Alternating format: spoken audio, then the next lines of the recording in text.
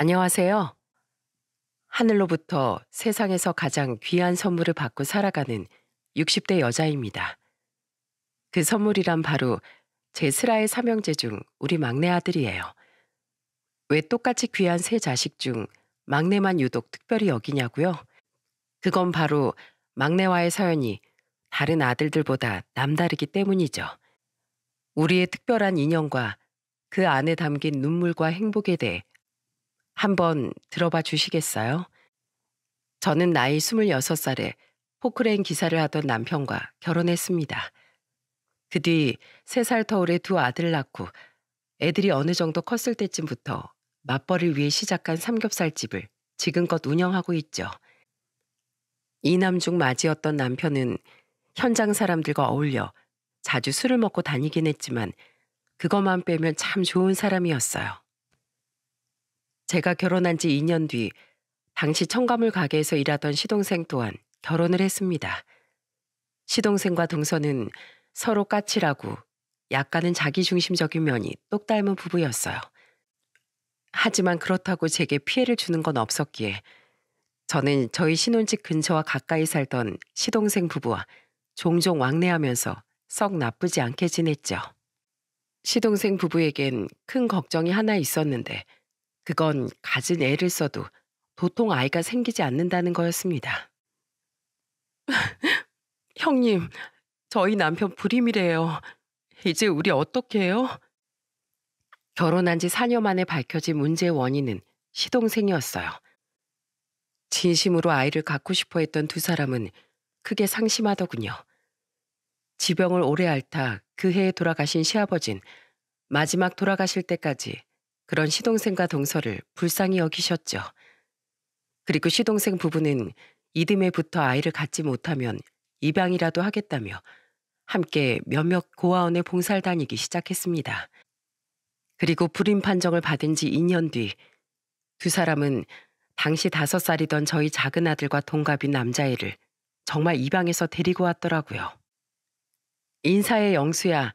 저분은 네 할머니고 여기 두 분은 네 큰아빠, 큰엄마야. 저기 저 애들은 네 사촌들이고.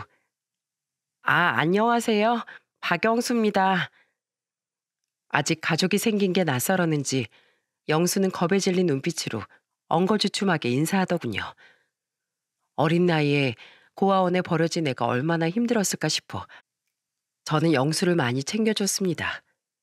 제 작은 아들과 동갑이기까지 하니 더더욱 남처럼 느껴지지 않았거든요.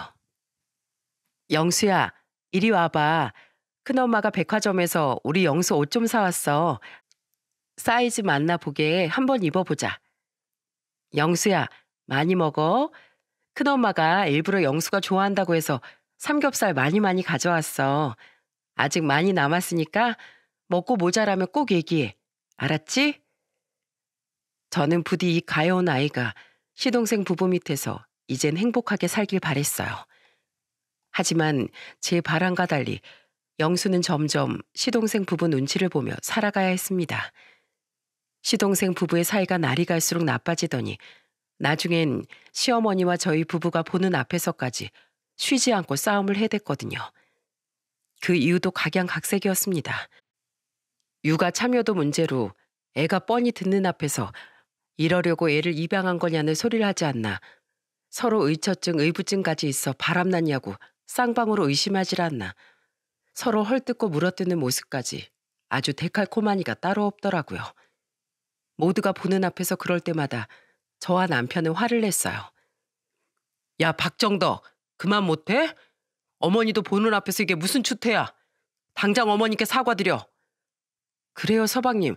어머님 앞에서 너무 무례하시잖아요. 그리고 두 사람 다 애가 듣고 있다는 거 잊었어요? 동서, 설마 집에서도 애 듣는 앞에서 입양 얘기 꺼내고 하는 거 아니지? 그거 애 정서에 무지하게 안 좋은 거야. 부모로서 절대 해선 안 되는 짓이라고. 조심 좀 해. 애가 날이 갈수록 동서랑 서방님 눈치만 보고 있잖아.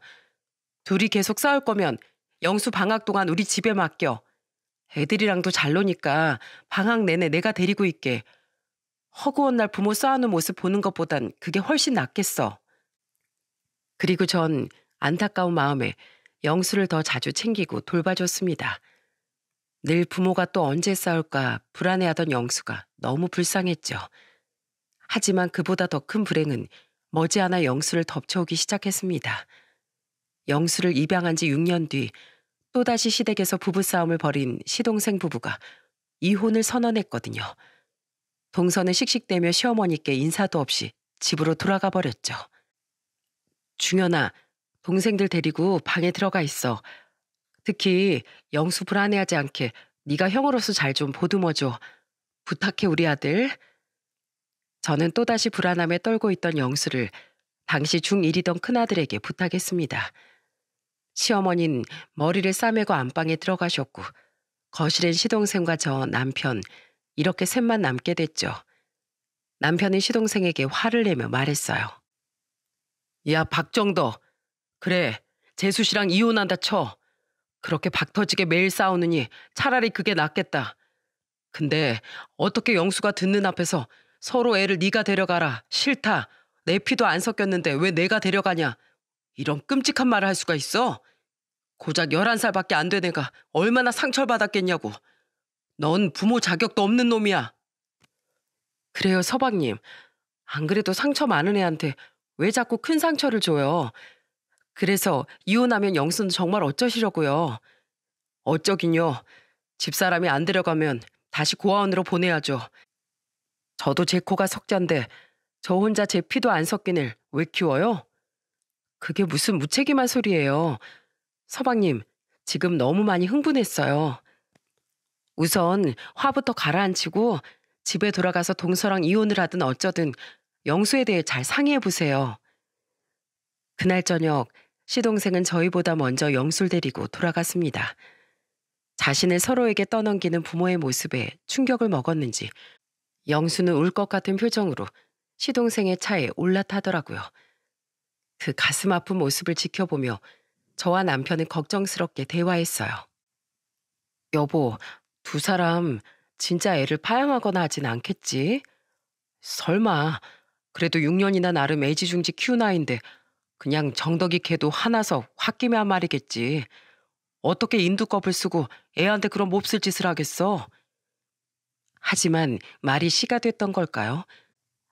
그로부터 며칠 뒤 저녁 초인종이 울리기에 나가보니 울상을 한 영수가 혼자 저희 집 앞에 서 있더군요.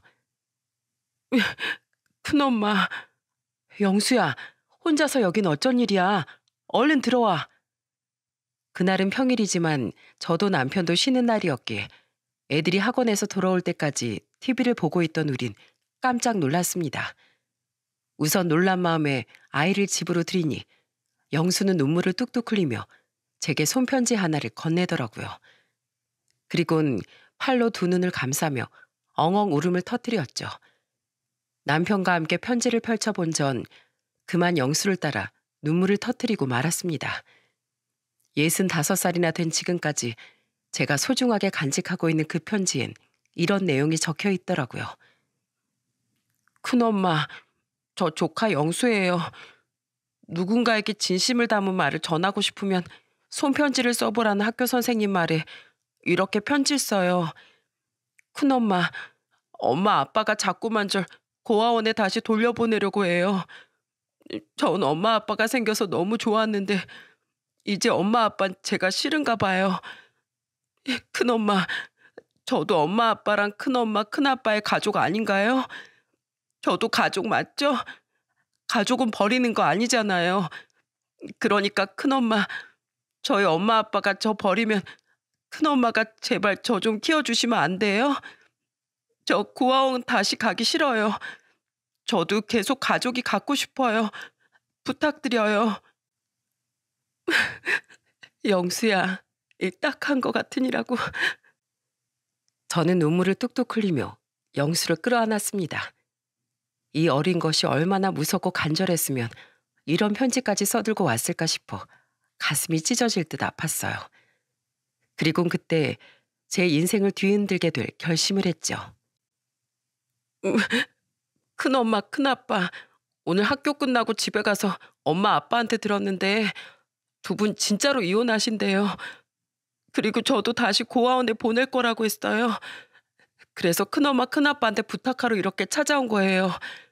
제발 저 버리지 마세요. 저 공부도 열심히 하고요. 여태 부모님 화나게 한 적도 한 번도 없어요. 저 진짜 착하게 클게요. 괜찮아. 공부 못해도 되고 더 안 착해져도 돼. 그래도 이 큰엄마가 키워줄게. 우리랑 살자, 영수야. 그러니까 무서워하지 마. 정말요? 정말 저 키워주실 거예요? 그래, 그러자. 큰엄마랑 큰아빠랑 같이 너희 집 가서 네 짐 싸가지고 다시 돌아오자꾸나. 그러니까 그만 울어. 큰엄마 가슴 아파. 뚝. 저는 영수를 제 자식으로 품기로 한 겁니다. 물론 독단적인 행동은 아니었어요. 시동생 부부가 이혼을 선언한 날부터 혹시 그들이 정말 영수를 파양시키면 어쩌나. 그땐 그 가여운 것을 우리가 데려다 키우는 게 낫지 않겠냐 하는 의논을 남편과 수도 없이 했었거든요. 저와 같은 마음이었던 남편 또한 저와 함께 영수를 데리고 곧장 시동생네로 향했습니다. 그리고 그 집에 들어가자마자 저는 영수의 짐을 싸기 시작했고 남편은 놀란 시동생과 동서에게 마구 화를 내기 시작했어요. 형수님, 어떻게 영수랑 같이... 야, 박정더, 네가 사람이야? 어떻게 이 어린애한테 면전에 대고 고아원으로 돌아가란 말을 할 수가 있어? 자식이 장난감이냐? 갖고 싶을 땐 데려오고 필요 없으면 버려버리게. 너 같은 놈이 네 동생이라는 사실이 정말 창피하고 끔찍하다. 재수 씨도 마찬가지예요. 그렇게 자식 타령하더니 고작 이따위 짓 하려고 그렇게 자식을 원했던 거예요? 기가 막혀서. 우리가 알아서 하겠다는데 아주버님이 왜 괜히 나서서 이러시는 거예요? 두 분이 대신 키워줄 것도 아니면서. 동서 말 한 번 잘했네. 왜 아니야? 영수 이제부터 우리 아들이야. 우리가 데려다 키울 거라고. 천하의 몹쓸 인간들.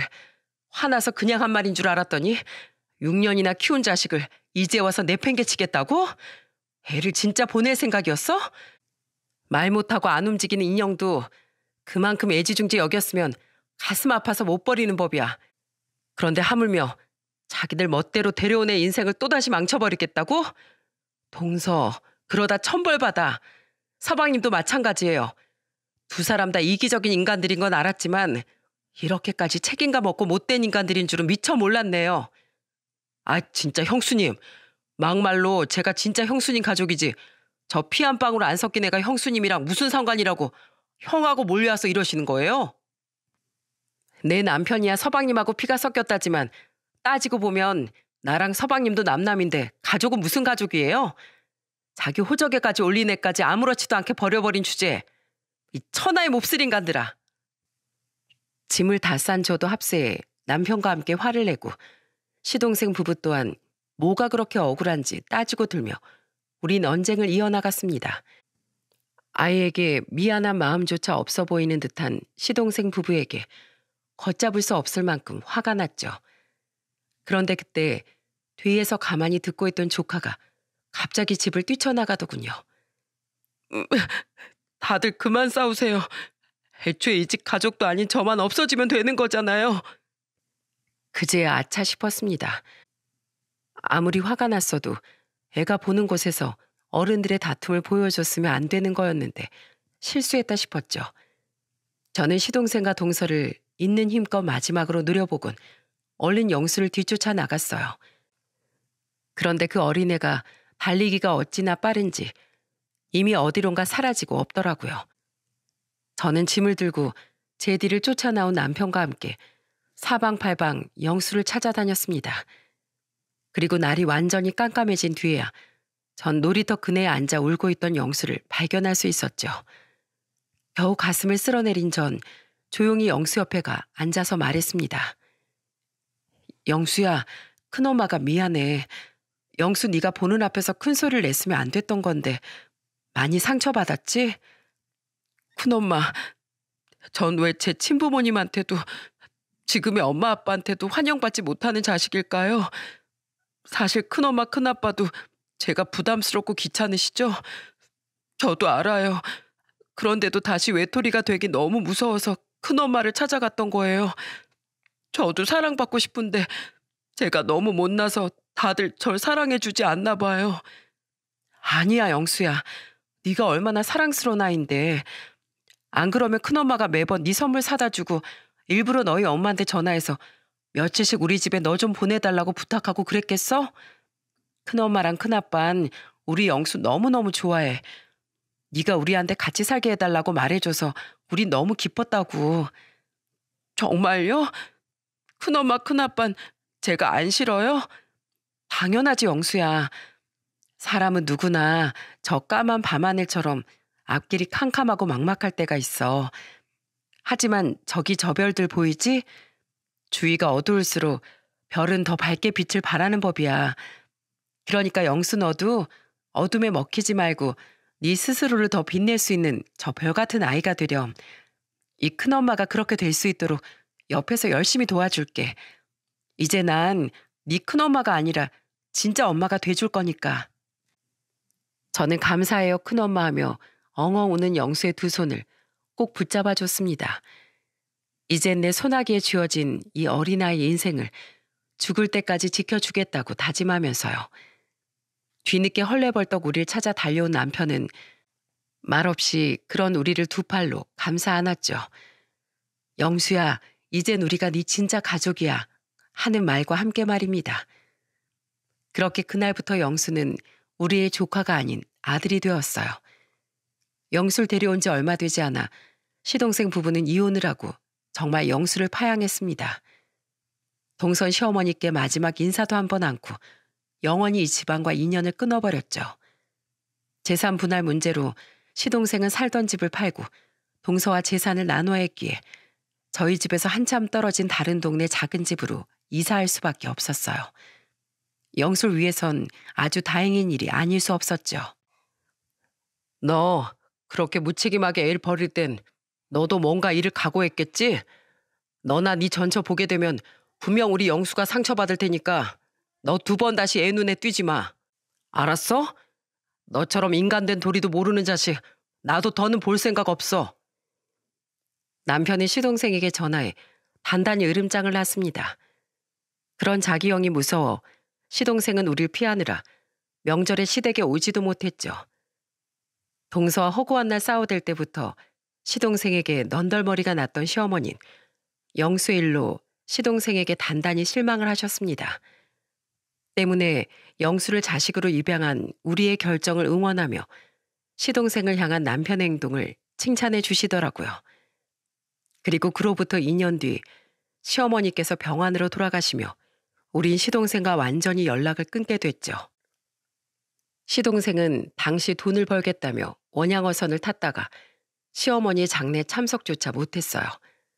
그리고 몇 개월 뒤 겨우 돌아와 남편의 일터를 찾아가 했다는 소리가 이거였다는군요. 형, 어머니 장례 혼자 치르느라 고생 많았어. 저기 형, 나 아는 친구 따라서 지방 어촌으로 양식 사업하러 내려가려고. 그래서 말인데 나 사업 시작하게 돈 좀 빌려주면 안 될까? 원래는 원양어선 타고 받은 임금으로 시작하려고 했는데 그만 판돈이 더럽게 큰 부두 노름판에서 그걸 홀랑 다 잃었지 뭐야. 짜증나게 진짜. 그나저나 영순 잘 지내고 있지? 따지고 보면 내가 형한테 아들 하나 더 만들어준 거 아니야. 아들 하나 더 생기게 해준 값이라고 생각하고. 어? 말인지 방귀인지 하도 기가 막혀 남편은 시동생의 얼굴에 냅다 주먹을 꽂아버렸다고 합니다. 그리곤 이 싸가지 없는 놈이 지금 내 아들 가지고 흥정이라도 하려는 거냐며 한 번 더 내 눈앞에 띄면 그땐 포크레인으로 땅을 파서 묻어버리겠단 어마무시한 으름장까지 놓았다고 했죠. 그렇게 우린 시동생과 영영 인연을 끊었던 거예요. 한편 크고 작은 불화는 영수를 아들로 입양한 저희 집안에서도 일어났어요. 어른스러운 큰애는 영수를 친동생으로 잘 품어줬는데 문제는 작은 아들이었죠. 야, 우리 엄마가 구워준 삼겹살을 네가 뭔데 그렇게 많이 먹어? 우리 엄마가 가게에서 가져온 거야. 넌 우리 가족 아니잖아. 넌 이 비계들이나 먹어. 분명 사촌지간일 땐 동갑내기라 서로 꽤 잘 지냈던 것 같은데 이젠 둘이 사촌이 아닌 형제가 되자 작은 아들은 영수에게 질투를 느낀 것 같았어요. 작은 아들은 영수에게 괜히 집에서 먹을 걸로 트집을 잡고 학교에서도 아는 척하지 말라는 등 영수를 견제하더라고요. 둘이 초등학교는 달랐는데 중학교 올라가며 하필 같은 반까지 되어버렸거든요. 몸이 허약하고 말랐던 작은 아들에 비해 키도 크고 건장했건만 영수는 그런 작은 아들에게 화 한 번 내지 않더군요. 박재현, 왜 영수가 우리 가족이 아니야?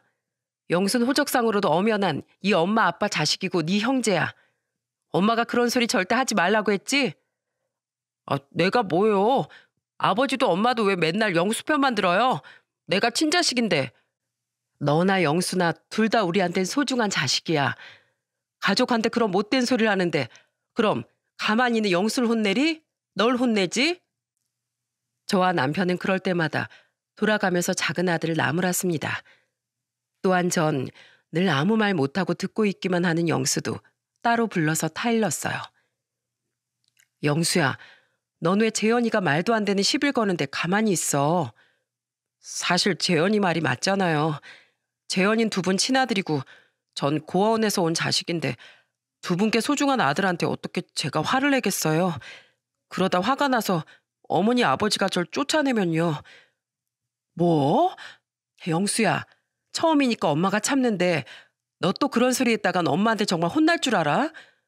부모도 형제도 모두 있는 이 집이 당연히 네 집이지. 우리가 쫓아내긴 어딜 쫓아내. 물론 우리가 널 혼낼 수도 있고 부모도 사람이니까 네가 속을 썩이면 네가 미운 날도 있을 수 있어.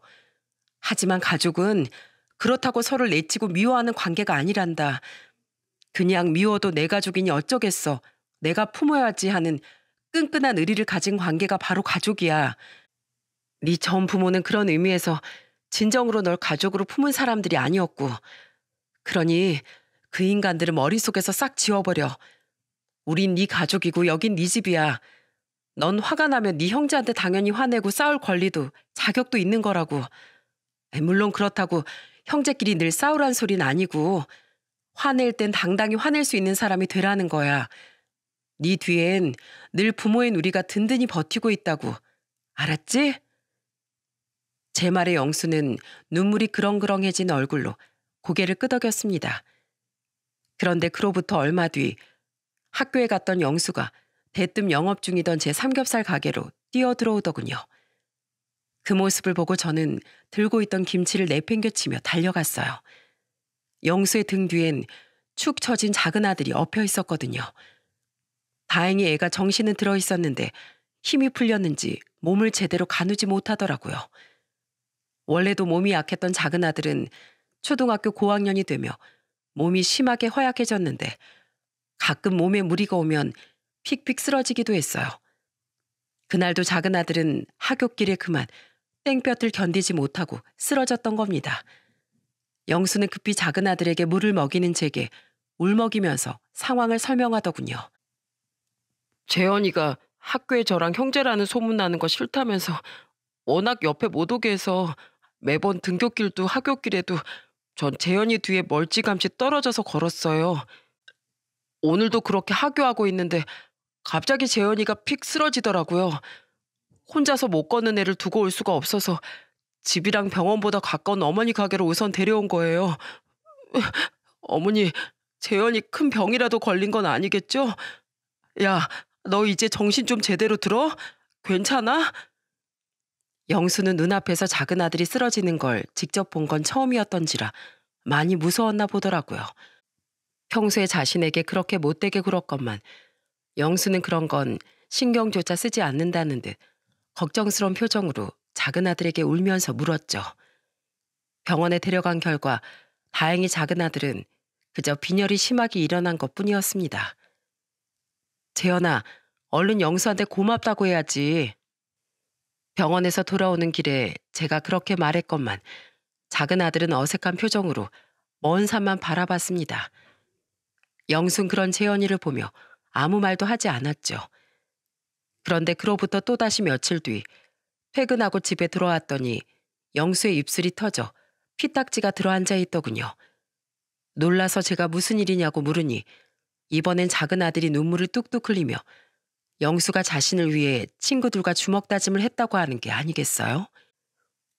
가뜩이나 저 마르고 허약하다고 얕잡아 보는 애들이 있었는데 그때 하굣길에 제가 쓰러지는 걸 반에서 주먹 좀 쓰는 애들이 봤던 모양이에요. 그래서 걔네가 아예 절 타겟으로 삼고 심부름시키고 괴롭히려고 하더라고요. 근데 그걸 보자마자 영수가 걔네를 냅다 들이받은 거예요. 내 가족한테 손 하나 까딱할 생각하면 그때 너네 죽고 나 죽는 거라고 한 번 더 저 건드리면 가만 안 두겠다고요. 그 말에 그만 저도 눈물이 터지고 말았습니다. 영수에게 우리 가족은 자신의 위험을 신경조차 쓰지 않을 정도로 정말 소중했던 거예요. 고작 14살 된 아이가 불량한 친구들에게 앞뒤 안 재고 달려들 정도로 말이죠. 작은 아들은 제가 영수 입술에 약을 발라주는 동안 이렇게 말하더군요. 넌 내가 밉지도 않냐? 큰일 났으면 어쩌려고 겁도 없이 걔네한테 달려들어. 걔네가 무리지어 다녀서 그렇지 1대1로 붙으면 내가 훨씬 세거든? 그리고 네가 미워봤자 내 형이잖아. 가족은 미워도 어쩔 수 없이 끈끈한 의리로 맺어진 관계라고 어머니가 그랬다고. 내 가족 건드리는 놈은 누구든 용서 못해. 그러니까 너도 그깟 한번 쓰러진 게 뭐 대수라고 어깨 좀 움츠리고 다니지 마. 내가 생일 빠르니까 형인 건 알고 있었냐? 고마워. 너 아니었으면 학교 다니는 내내 걔네한테 괴롭힘 당했을 거야. 그리고 내가 그동안 너 못 살게 굴어서 미안해. 난 그냥 부모님 사랑을 너랑 나눠 가지는 게 싫었어. 근데 그게 아니었던 거야. 네가 같이 살게 된 게 나한텐 부모님 사랑이 줄어드는 게 아니라 가족이 하나 더 생기는 일이었다는 걸 깨달았어. 고개를 푹 숙이며 사과하는 작은 아들에게 영순 그걸 이제 알았냐며 웃어 보였습니다.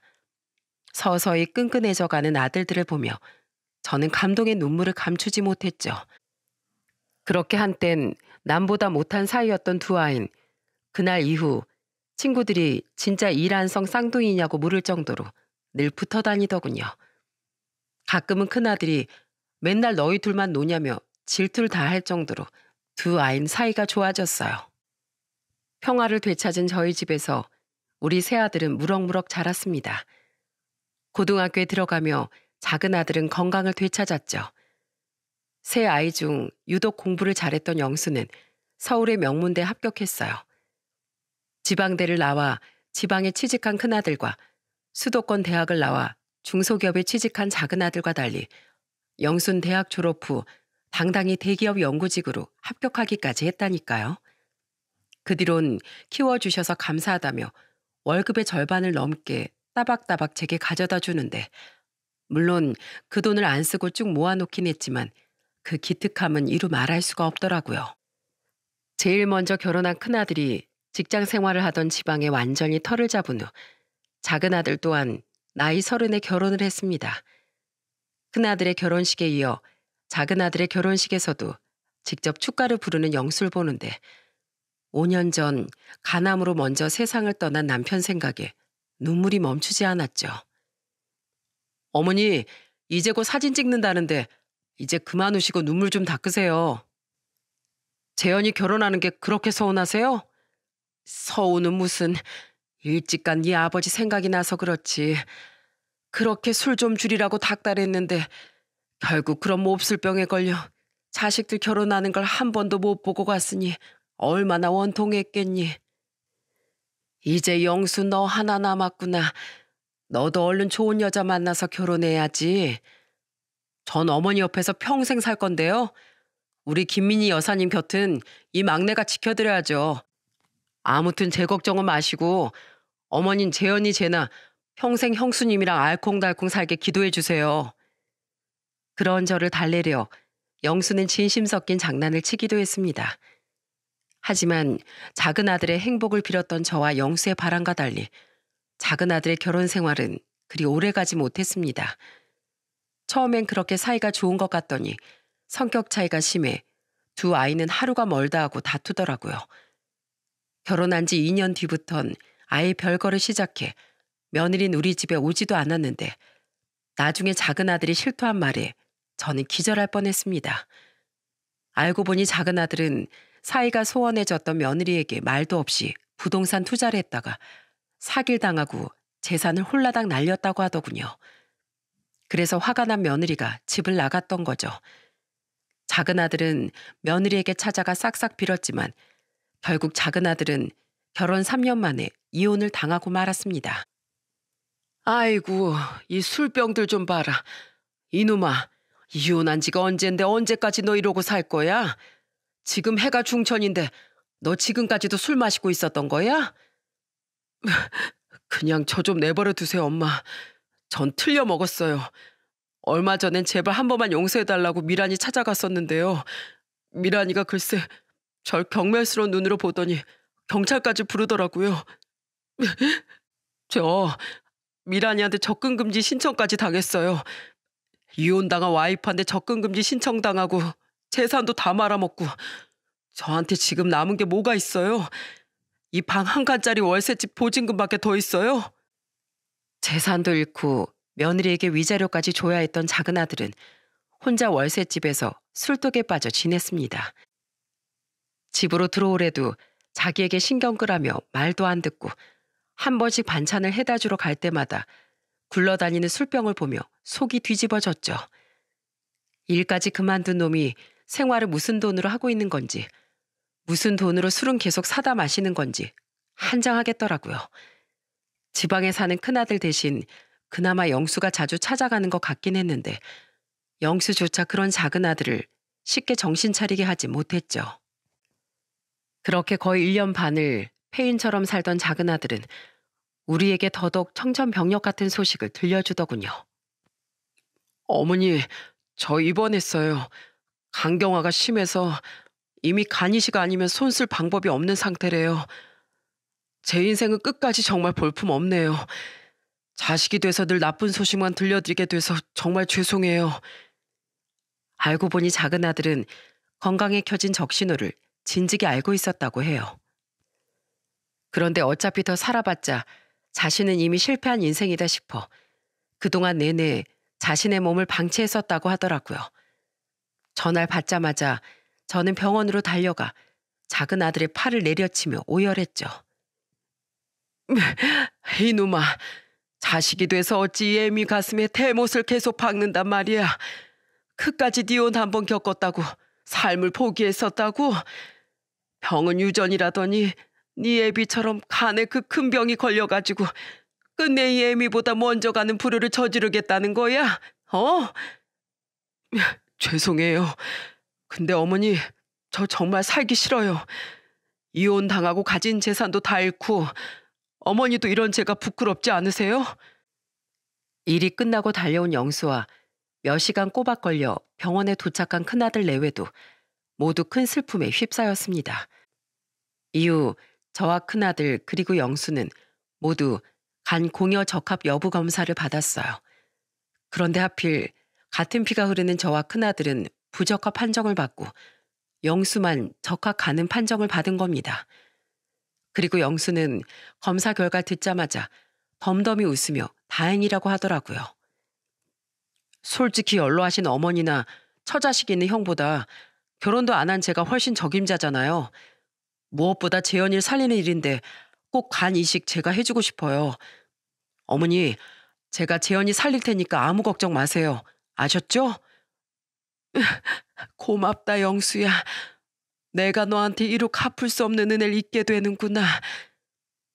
당장 작은 아들이 죽게 생겼으니 차마 이식 수술을 하지 말라고 영수를 말리지도 못하는 제 자신이 미웠습니다. 그런데 그 소식을 들은 작은 아들은 자신은 간 이식을 받지 않고 그냥 이대로 죽음을 기다리겠다고 하더라고요. 그리고 그 말을 듣자마자 영수는 병실 침대에 걸터 앉아있던 작은 아들의 뺨을 짝소리가 나게 후려치더군요. 그리고 눈물을 그렁거리며 고개를 푹 숙인 작은 아들에게 소리쳤죠. 야, 이 한심한 자식아. 겨우 결혼 한 번 실패하고 돈 한 번 잃었다고 네 인생을 포기할 셈이야?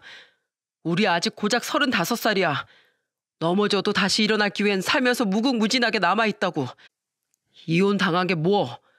난 친부모 전부모한테 2번이나 버림받았어. 그래도 나 이렇게 꿋꿋하게 잘 살고 있잖아.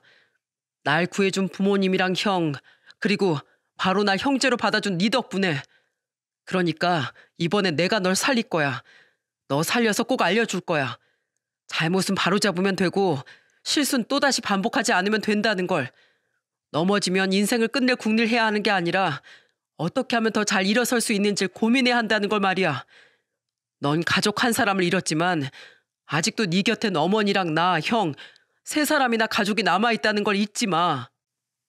평소에 그렇게 말수가 많은 편이 아니었던 영수는 결국 눈물을 흘리며 작은 아들에게 끊임없이 쏘아붙였습니다.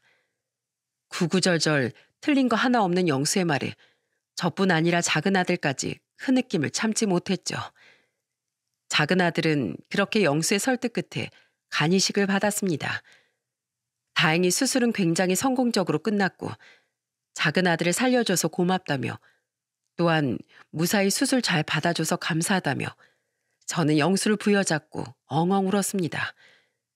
큰아들 또한 자신이 했어야 할 일을 대신해줘서 고맙고 미안하다는 말을 반복하며 흐느꼈죠. 몸을 회복한 후 퇴원한 작은 아들은 다시 자신의 월세방으로 돌아갔습니다.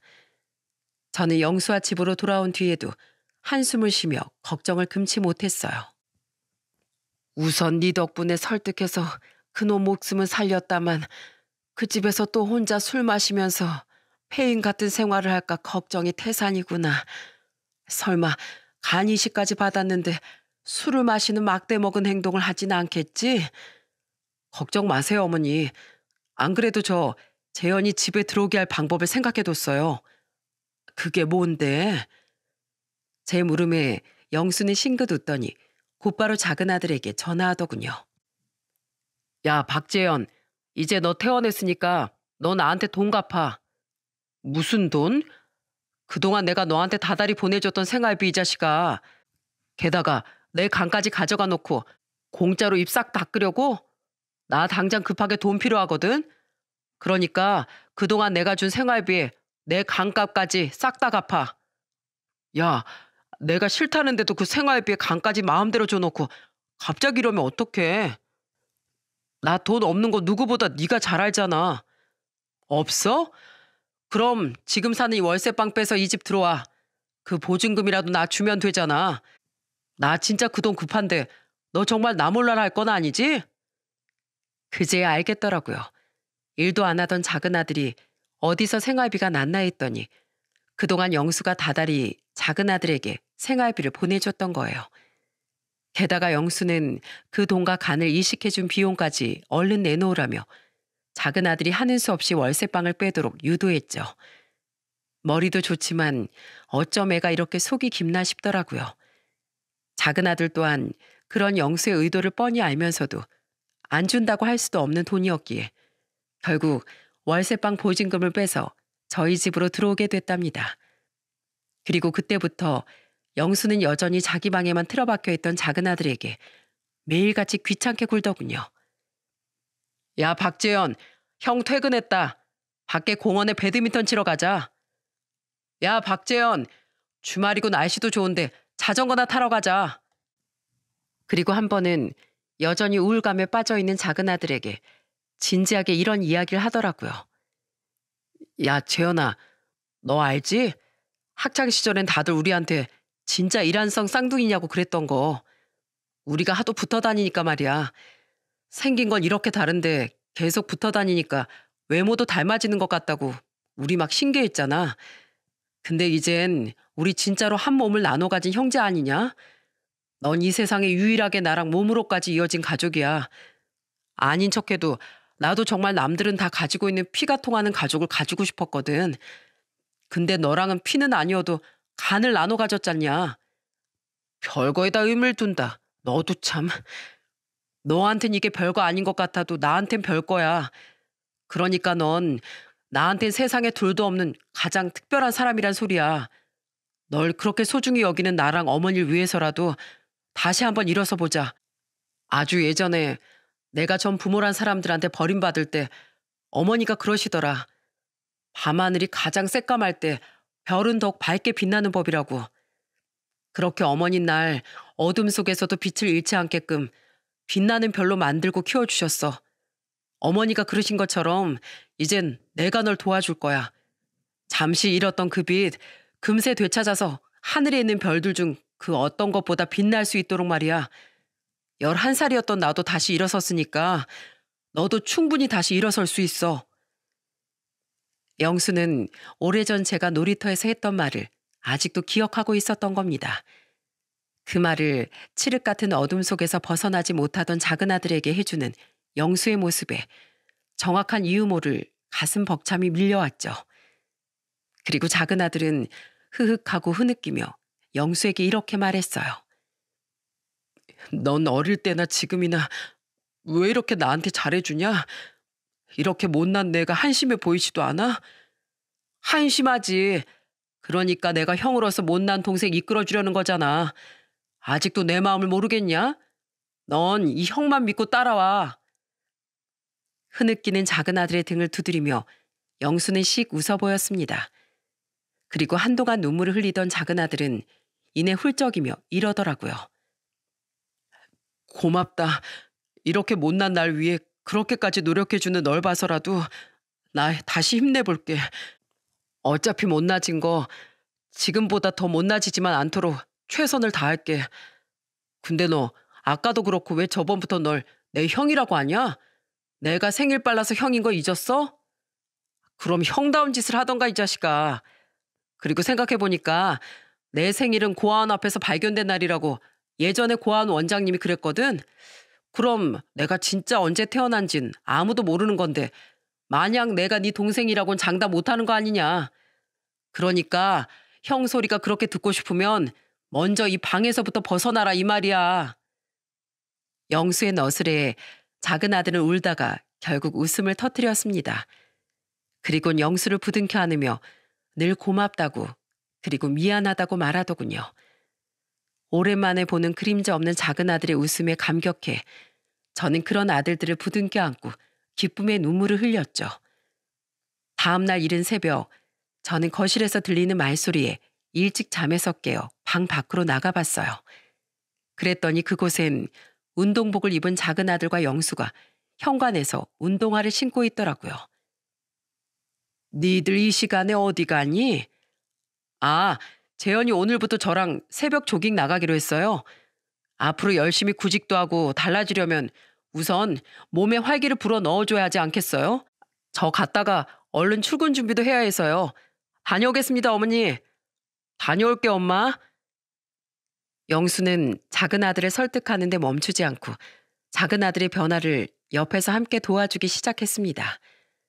아침마다 함께 운동을 나가고 이력서 쓰는 걸 돕고 좋은 회사의 채용 소식이 있으면 그 회사에 대한 정보까지 알아내 작은 아들의 면접 준비를 도와줬죠. 그리고 그 결과 1년이 지난 지금 작은 아들은 제법 연봉도 괜찮은 중소기업에 취업해 번듯한 직장인이 되어 있답니다. 넌 평생 영수한테 엎드려 절하면서 살아야 되는 거 알지? 간 나눠줘서 목숨 살려줘. 나사 빠진 놈 정신 차리게 해줘. 취업 도와줘. 너 집에 들어오게 하려고 핑계대면서 받아갔던 월세집 보증금도 영수가 고스란히 돌려줬다며? 영수야, 늘 말하지만 형 노릇 제대로 못하는 날 대신에 늘 우리 재현이 그리고 어머니 잘 챙겨줘서 진심으로 고맙다.